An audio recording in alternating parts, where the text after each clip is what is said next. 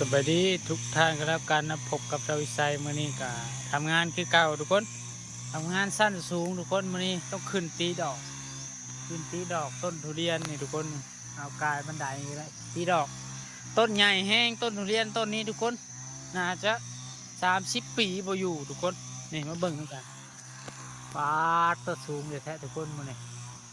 สูงแท้สูงกว่าเลยป่ะปาดจนได้กายบันไดขึ้นทุกคนทางนั้นก็ตัดหญ้าอยู่ต้นนั้นก็สูงทุกคนน่าจะ30 ปีบรรลุต้นทุเรียนนี่ได้อยู่ประมาณถ้าเอาลูกได้ประมาณ200 หา 300ลูกทุกคน